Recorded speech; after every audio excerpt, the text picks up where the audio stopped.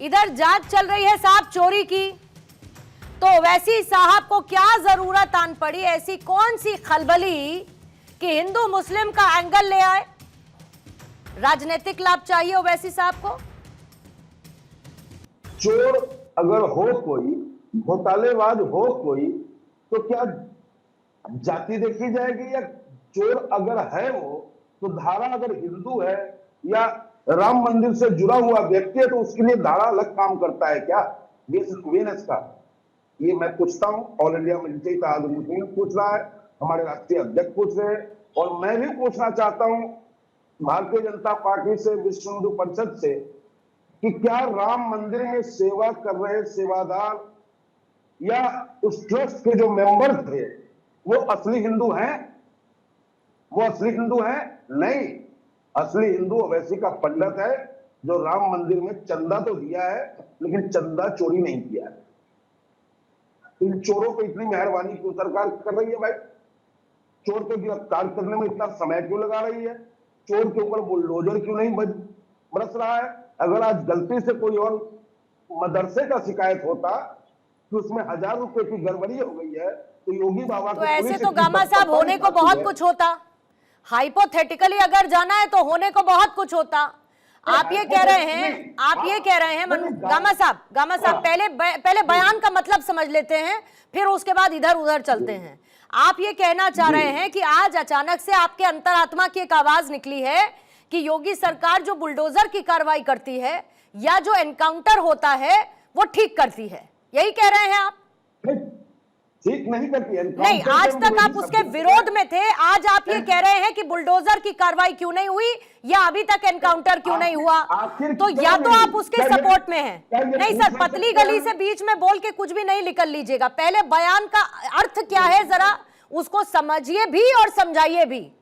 मैं ये पूछना चाह रही हूं कि इधर या तो आप साथ में हैं बुलडोजर कार्रवाई के और इसके साथ एनकाउंटर एक्शन के, जिसका आपने आज तक सिर्फ विरोध किया है जितना सबने देखा है, तो आज अचानक से कौन सी अंतरात्मा की आपकी आवाज आई है जो आपको लगता है कि ये क्यों नहीं हुआ भला?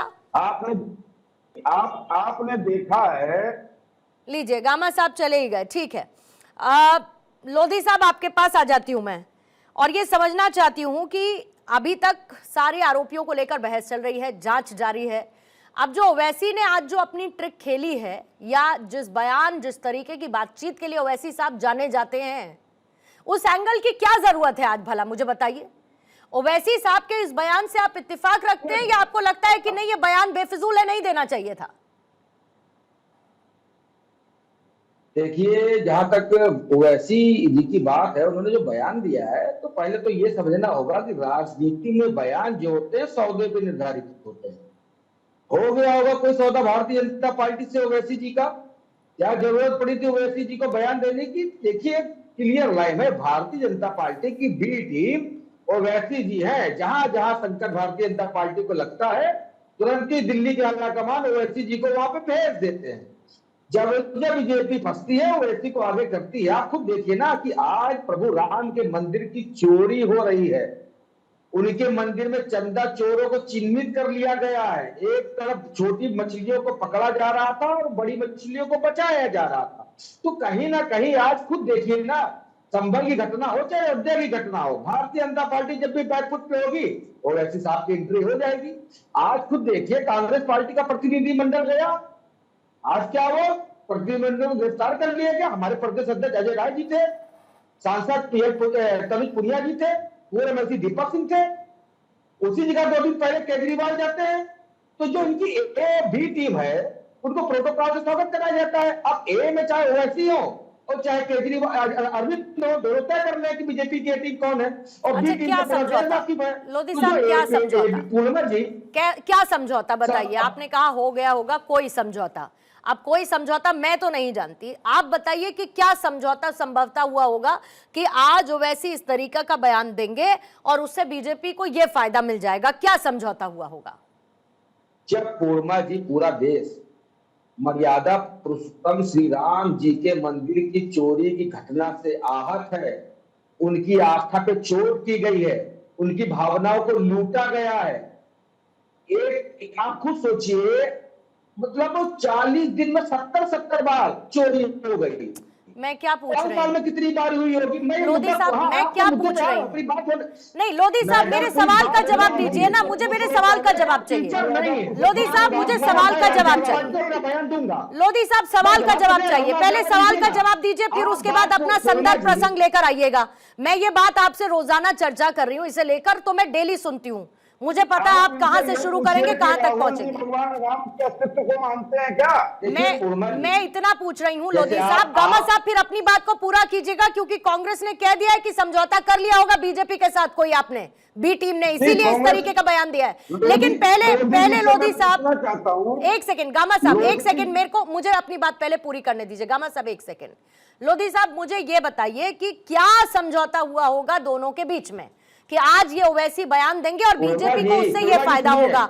मुझे क्लियर जवाब दीजिए इस बात का। जी यदि सुनिए पूर्णिमा जी, आप बहुत अति उत्साह में हैं, यदि आप थोड़ा सा इंतजार कर लेती ना तो आप नहीं तो मेरा उत्साह भी अब कांग्रेस तय करेगी कि मुझे अति उत्साह में होना है या कम उत्साह में होना है। मैं वो बात नहीं, आप लोग तो रोज इतने उत्साह में दिखते हैं, पर मैं आपको सामने रखती हूँ ना इतना उत्साहित आपके होने के बावजूद भी। देखिए पूर्णिमा जी, मैं आपसे बहस के मूड में नहीं। एग्जैक्टली, तो फिर सीधे चर्चा पर आइए कि पूर्णिमा जी अति उत्साहित हैं कि कम उत्साहित हैं, कि आज क्या है तो क्या नहीं है, ये सब आप भी छोड़ दीजिए, सीधे मुद्दे पर बात करिए, सवाल का जवाब दीजिए। मुझे भी दावा नहीं करना है आपसे।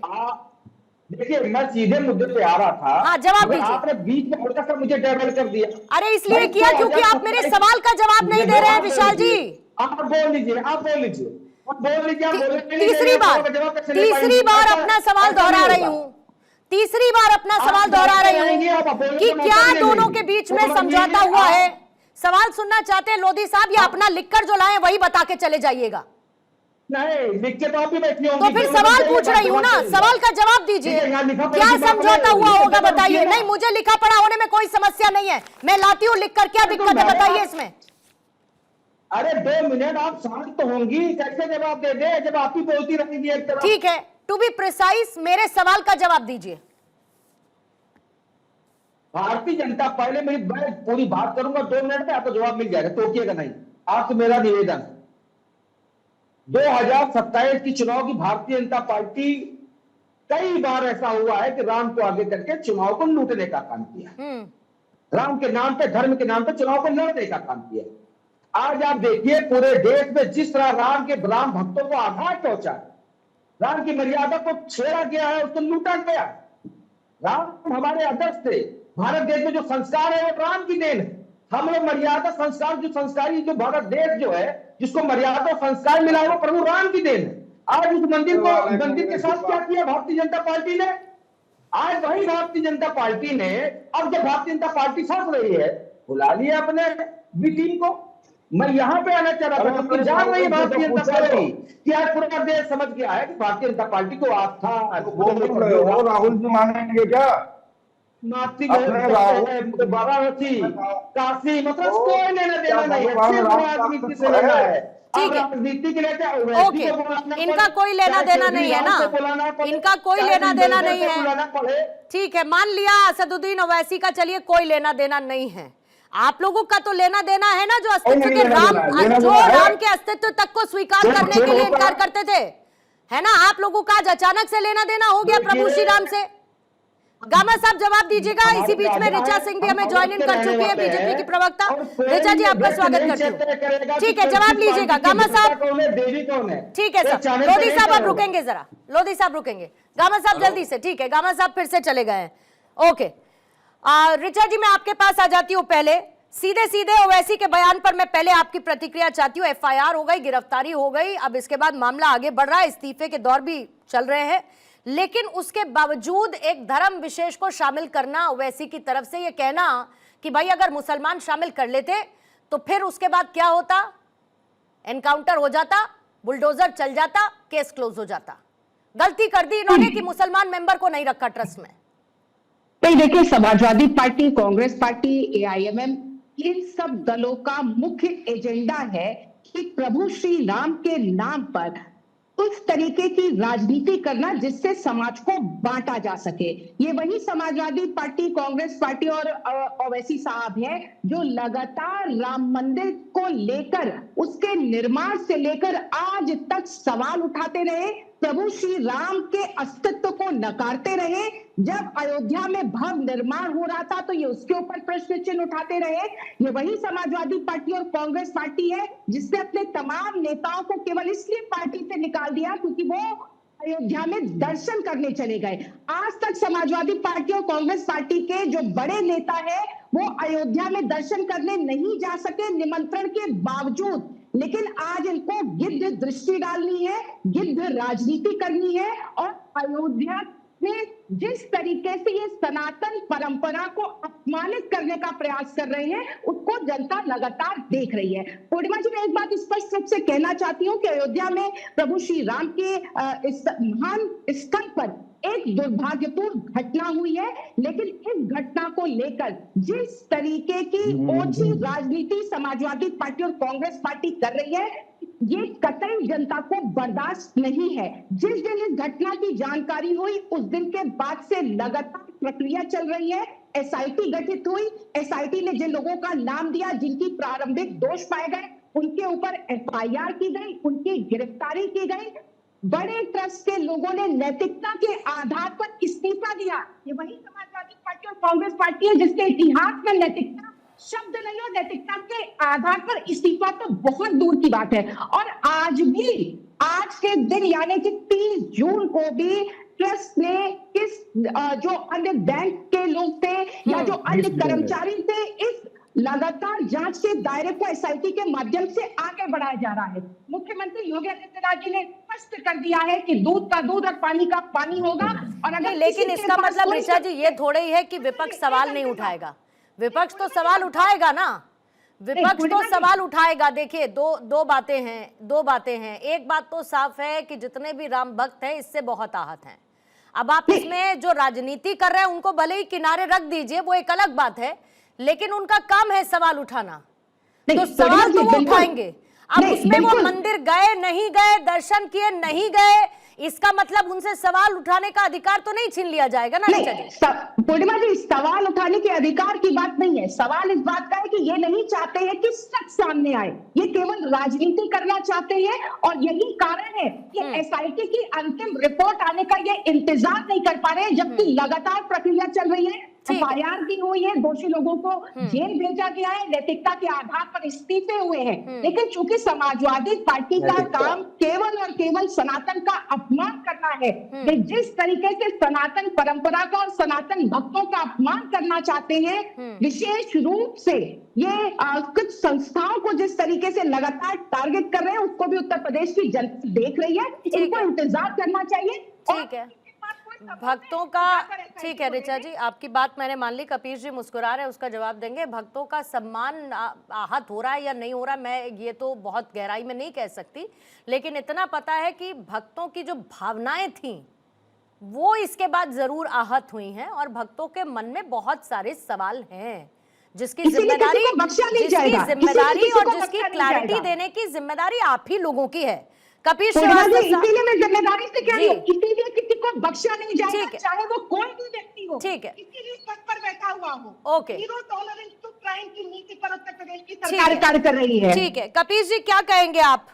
अब सब कार्रवाई हमने देख ली, हम रोज इस पर चर्चा कर रहे हैं, अब मैं उसको रिपीट मोड में जाके नहीं बताऊंगी कि अभी तक क्या कार्रवाई हुई, लेकिन ओवैसी साहब का आना और धर्म विशेष को शामिल करना अगर मुसलमान मेंबर होता तो अब ऐसी काल्पनिक राजनीति की क्या जरूरत है?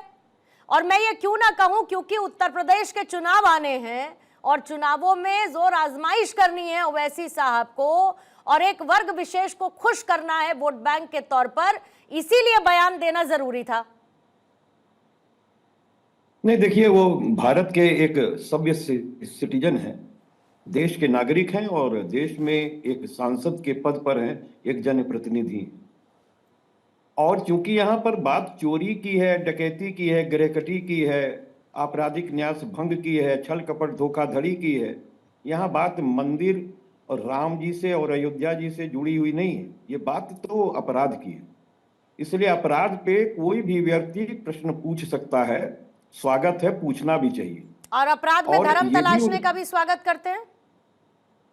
नहीं, धर्म क्यों तलाशेंगे? क्योंकि वो तो एक क्योंकि वैसे आप वो लोग धर्म कहते हैं ना तलाशने कि की चीज अपराधी नहीं। का कोई धर्म नहीं होता, अपराधी तो अपराधी होता हम तो है। आज भी कह रहे हैं, हाँ, हम तो तो आज भी फिर कह रहे हैं कि ठीक है। अपराधी का कोई धर्म नहीं होता है, तो जो कोई ओवैसी जाति साहब नहीं कह होती। रहे हैं उसका स्वागत नहीं करते हैं ना आप?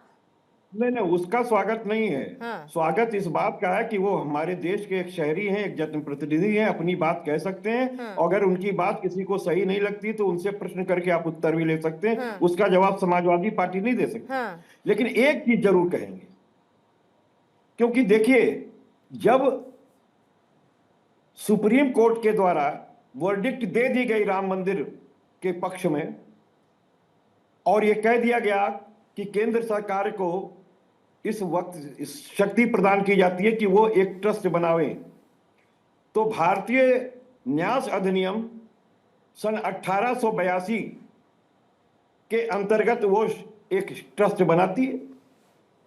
ट्रस्ट किसने बनाया? मोदी जी ने। ट्रस्ट में योग्यता किसने निर्धारित की? मोदी जी ने। ट्रस्ट के अंदर अपने लोग किसने रखे? मोदी जी ने। वो लोग कौन थे? विश्व हिंदू परिषद, आरएसएस और भारतीय जनता पार्टी के अपने प्यारे दुलारे मदर संगठन और मित्र संगठन के लोग। फिर क्या हुआ? चंदा चोरी, जमीन में घोटाला,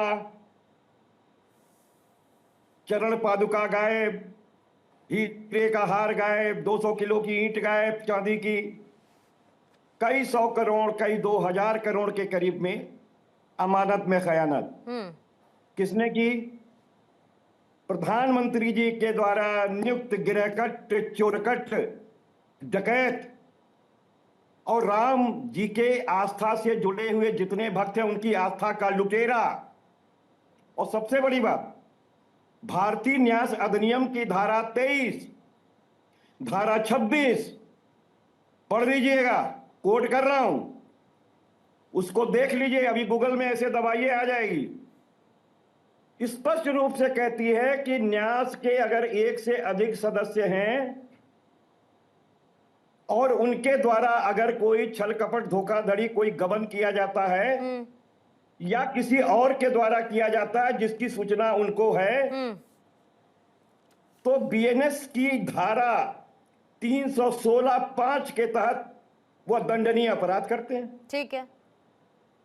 अब चंपत राय ने सारे चोरों को रखा, उनका ड्राइवर चोर, उनका एक चोर निकला है, सारे चोर उन्हीं के हैं, उनके और मिश्रा जी के। और सिफत इस बात की देखिए कि जो उन लोग के द्वारा रखे गए थे, जिनकी पूरी जानकारी थी, क्योंकि 5 जून को बारामदगी हो गई और वो बारामदगी जो हुई उसको उस पर एफआईआर कायम नहीं हुआ 6 तारीख को। और उल्टे चंपत राय ने यह बयान दिया कि कोई उल्लेखनीय घटना नहीं है, यानी चोरी चकारी डकैती गिरहकट्टी कुछ उल्लेखनीय नहीं है। और जो बरामद हुआ था राशि उसको अब दिखा रहे थे, ले गए थे फोटो शूट कराने, पहले से धनराशि बरामद। और सफर इस बात की ठीक है, 10 सेकंड में खत्म करेंगे। कपिल जेल के अंदर चले गए, लेकिन उनकी जो है पुलिस अभिरक्षा नहीं मानी गई बरामदगी दिखाने के लिए। क्योंकि जब बरामदगी आप उनकी वजह से दिखा नहीं पाओगे तो अंत में उनके विचारण में उनको छूट मिल जाएगी। ठीक है, यानी कि एक लाइन जो कपीश जी ने ऐड नहीं की और मोदी सरकार, ठीक है, इसके अंदर 317 दो ओके सर, कपीश जी ने एक लाइन ऐड नहीं की, उस एक लाइन को मैं जोड़ देती हूँ, उस एक लाइन को मैं जोड़ देती हूँ। ठीक है कपीश जी, एक सेकेंड। कपीश जी, सुप्रीम कोर्ट का आदेश था 2019 का फैसला, जिसमें सुप्रीम कोर्ट की तरफ से आदेश आया था। कपीश जी सुनिए, सुनिए कपीश साहब, सुप्रीम कोर्ट का आदेश आया था कि एक ट्रस्ट का गठन किया जाए। सुप्रीम कोर्ट के आदेश पर सरकार की तरफ से एक ट्रस्ट का गठन किया गया। ये एक लाइन आपने शुरू में मिस कर दी थी, इसको मैं ऐड कर देती हूं। रिचा जी, आपका काउंटर लेने से पहले एक बार सर, एक सेकंड, अगर आपको सुप्रीम कोर्ट के कहने पर गठित किए गए ट्रस्ट पर नहीं देखना है। कपीश जी आपने पूरा बोल लिया, मैंने आपको पूरा बोलने दिया, and I am not factually wrong when I am quoting कि सुप्रीम कोर्ट के आदेश पर ट्रस्ट गठित किया गया था। सुप्रीम कोर्ट ने कहा था ट्रस्ट गठित करिए, ये सुप्रीम कोर्ट ने कहा था, ये सुप्रीम कोर्ट ने कहा था। तो सुप्रीम कोर्ट आएगी, बोलेगी क्या कपीश जी आप करिए ट्रस्ट गठित? ये तो नहीं होगा, ये नहीं हो सकता ना सर। सुप्रीम कोर्ट कपीश जी को थोड़ी कहेगी कि ट्रस्ट गठित करिए। रखा गया, इन चोरों को रखा गया, इन डकैतों को रखा गया, ठीक है, क्या योग्यता निर्धारित की गई? ठीक है सर, की योग्यता है, हर्ष आपका जवाब ले लेती हूँ, ठीक है, लेखाधिकारी की योग्यता है, ओके, लेकिन ये चोरों और डकैतों की क्या योग्यता? ठीक है हर्ष, जल्दी से आपका ओके, ठीक है कपीश जी रुकेंगे जरा। कपीश जी आप रुकते नहीं है भाई, आप रुकते ही नहीं है, रुक जाइए कपीश जी, रुक जाइए। दूध का दूध और पानी का पानी तो हो गया।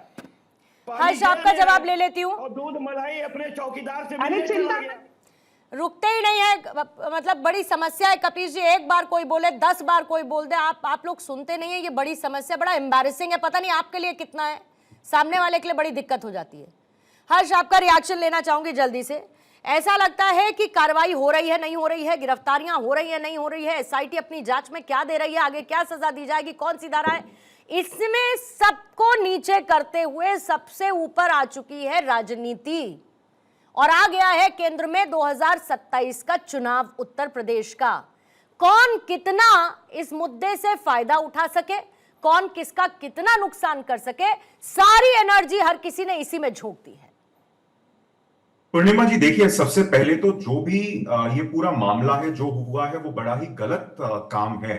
अगर इसमें कोई भी सच्चाई है तो सख्त से सख्त कार्रवाई होनी चाहिए, इन सभी को जेल होनी चाहिए। लेकिन यही मैं अपने व्यूअर्स को ये याद दिलवाना चाहूंगा कि इस पूरे प्रकरण से आप एक डिफरेंस देखिए कितना क्लियर हो रहा है। जब राम मंदिर में इस तरीके की बात आती है तो आपको कोई भी एक हिंदू, पूरे देश में एक भी हिंदू, कोई भी बीजेपी का कार्यकर्ता या बीजेपी का नेता इनका पक्ष लेता हुआ नहीं दिखेगा। हर कोई, चाहे वो बीजेपी का कार्यकर्ता हो, बीजेपी का नेता हो या देश भर का कोई भी हिंदू हो, वो कहता है कि अगर इस तरीके का कोई गमन वहां पे किया गया है तो इन पे सख्त से सख्त कार्रवाई होनी चाहिए। और आप याद कीजिए, जब भी वक्फ प्रॉपर्टीज की बात होती है, उसमें किसी भी क्या कहते हैं जांच की बात होती है, तो ये सारी ऑपोजिशन पार्टीज और एक समुदाय विशेष रोड पे आ जाता है कि आप जांच नहीं करवाएंगे, हमारे लोगों पे उंगली नहीं उठाएंगे। यही सबसे बड़ा डिफरेंस है और यही सबसे बड़ा डिफरेंस व्यूअर्स को समझना पड़ेगा कि देखिए कि कितना ये डिफरेंस है कि हिंदू संगठन में अगर कोई गलती होती है तो हिंदू जो वोटर है, जो हिंदू आस्था रखते हैं, जो बीजेपी के नेता है, बीजेपी के कार्यकर्ता हैं, कोई भी उनका पक्ष नहीं लेता और उल्टा जांच की प्रॉपर मांग करता है। दूसरा, आप भगवान की लीला देखिए पूर्णिमा जी, जो कांग्रेस कल तक प्रभु श्री राम की जो अस्तित्व है उसको नकारती थी, जो समाजवादी पार्टी के नेता ये कहते थे गर्व से कि हमने कार सेवकों पे गोली चलाई है, जो केजरीवाल, जो आम आदमी पार्टी ये कहती थी कि मेरी नानी कहती है यहां पे तो राम मंदिर बन ही नहीं सकता, ये तो आस्था के विपरीत है, आज वो भी क्या कहते हैं राम भक्तों के हितैषी हो गए हैं। तो इससे बड़ी भगवान की लीला क्या होगी? और आप ये देखिए, मेरे भाई विशाल मोदी जी जो कांग्रेस के प्रवक्ता हैं, अभी चिल्लाकर कह रहे थे कि ओवैसी और आम आदमी पार्टी भाजपा की बी टीम है। भाई साहब, अगर भाजपा की बी टीम है आम आदमी पार्टी, तो आपने उनसे गठबंधन क्यों कर रखा है? क्यों वो इंडी गठबंधन में है? क्यों आपके राज्यसभा एमपी अभिषेक मनु सिंघवी जी उनका पक्ष लेते हैं सुप्रीम कोर्ट में? क्यों उनका केस लड़ते हैं? क्यों उनको डिफेंड करते हैं? आप इस तरीके की दोगली राजनीति नहीं कर सकते कि एक तरफ आप आम आदमी पार्टी को बी टीम बताएं भाजपा की और दूसरी तरफ उन्हीं से गठबंधन करके उन्हीं के साथ आप राजनीतिक फायदा उठाने की कोशिश करें। और जो भी ये लोग, ये जो मैन्युफैक्चर्ड आउटरीच है, बहुत जरूरी है कि आउटरीच हो इस मामले पे, बहुत जरूरी है जांच और कार्रवाई हो, लेकिन हमारे व्यूअर्स को यह समझना पड़ेगा ये ऑपोजिशन पार्टीज की जो मैन्युफैक्चर्ड और सिलेक्टिव आउटरीच है इस मामले में, ये उनको बेनकाब करती है पूरा। सबसे पहले तो मैं कांग्रेस के प्रवक्ता से कहना चाहूंगा जो ये कहते हैं कि ओवैसी जी को बुलाया गया, वो बोल नहीं सकते। ये पहले राहुल जी से पूछे कि क्या राम जी का अस्तित्व है? कांग्रेस ही मानता है राम जी के अस्तित्व को। हाँ, मैं मानता हूं राम जी के अस्तित्व को, हमारा नेता भी मानता है राम के अस्तित्व को। ठीक है कि उनका अपना एक धर्म है, हमारा अलग धर्म है, हम अपने राम को मानते हैं, अपने राम अयोध्या का दर्शन भी करने गए। हम इस पार्टी में रहते हुए अयोध्या मंदिर के निर्माण में हमने चंदा भी दिया है, और चोर अगर है तो चोर पे कार्रवाई होनी चाहिए। ये डिमांड हमारे नेता की, अगर आज हमारे नेता ऐसे बयान नहीं दिए होते बिजनौर की धरती पे तो आज ये चर्चा का विषय नहीं बनता। आदरणीय योगी आदित्यनाथ जी से ये मांग करता ऑल इंडिया में जैसे इतिहाद नवीन, ठीक है सर, जिन्होंने लूटा सरेआम मुल्क को, उसकी तलाशी कोई नहीं लेता। ठीक है, अब गरीब लहरों के पैरों में उठाए जा रहे समंदर की तलाशी कोई नहीं ले रहा। भले ही ओवैसी साहब ने तंज कसते हुए ही कहा हो कि ट्रस्ट में एक मुसलमान व्यक्ति रख लेते, लेकिन इतनी ही समस्या तब नहीं होती जब वक्फ में हिंदू को शामिल करने की बात की गई होती और ओवैसी साहब का दिल नहीं दुखता। लोधी साहब, आपका क्लोजिंग कमेंट। आपने रख दिया ना। देखिए पूर्णिमा जी, जिस तरह भारतीय जनता पार्टी ने राम भगवान के, प्रभु राम की मर्यादा को तार करने का काम किया है, और उससे बड़ा कारण आप देखिए, जब प्रभु राम के मंदिर में चोरी होती है तो जो सवाल आज सत्ताधारी भारतीय जनता पार्टी से पूछना चाहिए था, आरएसएस से पूछना चाहिए था, विश्व हिंदू परिषद से पूछना चाहिए था, आज इन्हीं के शीर्ष लोग जो है वो संरक्षक बन के मंदिर के मुद्दे में बैठे थे।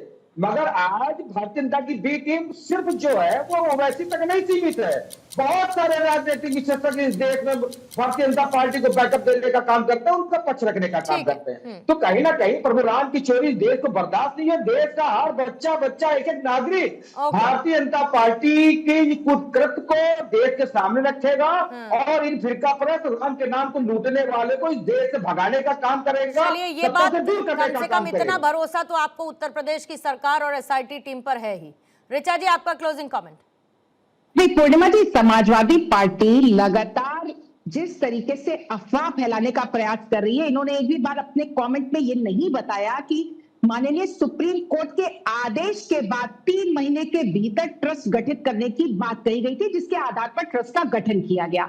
समाजवादी पार्टी के राष्ट्रीय अध्यक्ष ये नहीं बताते कि ललिता कुमारी केस में माननीय उच्चतम न्यायालय का निर्देश है कि अगर वित्तीय अनियमितता का कोई भी विषय आएगा तो उसकी पहले प्रारंभिक जांच होगी और उसके बाद एफआईआर होगी। और यही हुआ उत्तर प्रदेश में राम मंदिर के इस घटना में भी एसआईटी का गठन हुआ और जो लोग भी दोषी पाए गए उनके ऊपर एफआईआर की गई है। एसआईटी की जांच जारी है। लेकिन समाजवादी पार्टी के प्रवक्ता यहाँ बैठकर जिस तरीके से देश को गुमराह करने का प्रयास कर रहे हैं, आप सुप्रीम कोर्ट की रूलिंग्स को टाइमर के बाद कपिश जी, आप अपने को वकील कहते हैं लेकिन आप ललिता कुमारी केस के बारे में क्लोजिंग कमेंट आपने 1.5 मिनट। अरे कपिश जी, बात शुरू करिए, 30 सेकंड इसी में खत्म हो जाएंगे। आप सबके में बोलते तब आपको उनका समय याद नहीं रहता। देखिए पूर्णिमा जी, इनजस्टिस नहीं, और मैं साफ कह रहा हूं कि सुप्रीम कोर्ट ने अगर इनको आहर्य किया था कि ये 3 महीने के अंदर एक जो है वो ट्रस्ट बनाएंगे, तो ट्रस्ट की योग्यता बताने के लिए सुप्रीम कोर्ट नहीं था। इन चोट्टों को भर्ती किसने किया? अपने लिए। ये सीधा आरोप है। 316(5) अगर लगा हुआ है तो ये सिर्फ ट्रस्टियों पे लग सकता है, कर्मचारियों पे सिर्फ 316 लगती है और 316 इन्होंने नहीं लगाया है। तो ट्रस्टियों के ऊपर धारा लगनी चाहिए और जब लगी है तो उनकी गिरफ्तारी कीजिए। उनको बचाने का काम क्यों कर रहे हैं? ये 4 चंपत लाल और गोपाल जी, गोविंद जी और अनिल मिश्रा, ये गुनाहगार हैं। इनकी गिरफ्तारी कब होगी? इनको जेल कब भेजा जाएगा? इनको आजीवन कारावास कब होगा? ये भारतीय जनता पार्टी बचाना चाह रही है। ये भारतीय जनता पार्टी में हर्ष, जल्दी से प्लीज। पूर्णिमा जी, इस पूरे प्रकरण से जो हमारा ऑपोजिशन है उसका चेहरा बेनकाब हो गया है। किस तरीके से ये मैन्युफैक्चर्ड आउटरीच और सेलेक्टिव आउटरीच की जा रही है। एक तरफ हिंदू संगठन है, भाजपा है, जो अगर ये चोरी हुई है वो कह रहे हैं कि कड़ी से कड़ी कार्रवाई हो, और एक तरफ ये ऑपोजिशन पार्टीज हैं जो कल तक हमारे प्रभु श्री राम का अस्तित्व नहीं मानती थी और आज क्या कहते हैं, प्रभु राम प्रेमी होके ये दिखा रहे हैं। और जब किसी भी वक्फ बोर्ड की प्रॉपर्टी की बात आती है तो ये उसमें जांच का विरोध करते हैं। ठीक है, हालांकि मैं बड़ी बात कह रही हूं, लेकिन ये सब पॉलिटिकल पार्टीज तय कर लें कि इस मुद्दे को न्याय की चौखट तक रखना है या इसे राजनीति की भेंट चढ़ाना है। कहने की कोई बात इसमें है नहीं, क्योंकि सब अपना अपना रास्ता तय कर चुके हैं।